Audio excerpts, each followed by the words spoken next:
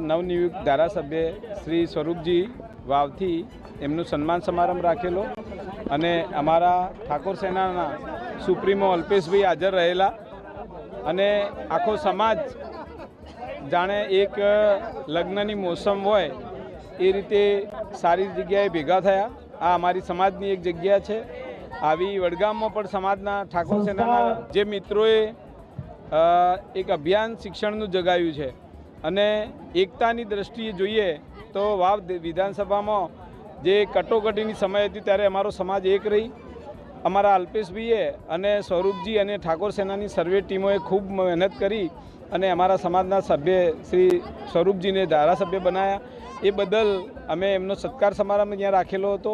આજે સત્કાર સમારંભનું સંમેલન રાખવામાં આવ્યું હતું, જે ગતરોજ વાવ વિધાનસભાની પેટા ચૂંટણીની અંદર ભારતીય જનતા પાર્ટીનો ભવ્ય જીત મેળવી એના અનુસંધાને સામાજિક આજે સત્કાર સમારંભ રાખવામાં આવ્યો હતો અને મોટી સંખ્યામાં લોકો આવી અને આશીર્વાદ આપ્યા હતા અને ઠાકોર સમાજની પ્રગતિ થાય, 18 આલમની સાથે મળી અને સમાજની પ્રગતિ થાય એના માટે આહવાન કરવામાં આવ્યું હતું અને એમાં અમારા ગુજરાત ક્ષત્રિય ઠાકોર સેનાના પ્રદેશ ઉપાધ્યક્ષ માન્ય અલ્પેશજી ઠાકોર સાહેબની ઉપસ્થિતિમાં આ આયોજન કરવામાં આવ્યું હતું। ફતેપુરા ગામની અંદર સ્નેહ મિલન કાર્યક્રમ હતો।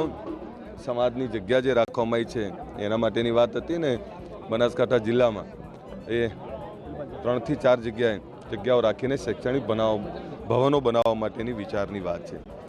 આજે અહીંયા આટલું સરસ આયોજન થયું છે એટલે આવનારા સમયમાં અમારી કલ્પના છે કે શિક્ષણનું ખૂબ મોટું કાર્ય અહીંયા બનાસકાંઠા જિલ્લામાં થાય ને એના માટે સારા ભવનો બીજા નવા બને એના માટેનો અમે પ્રયત્ન કરીએ છીએ। મૂળ વિષય એ છે કે જે લોકો મોટા થાય એ બધા સમાજને પછી ભૂલી જાય છે અને પછી એવું માને છે કે અમે ખૂબ મહાન છીએ।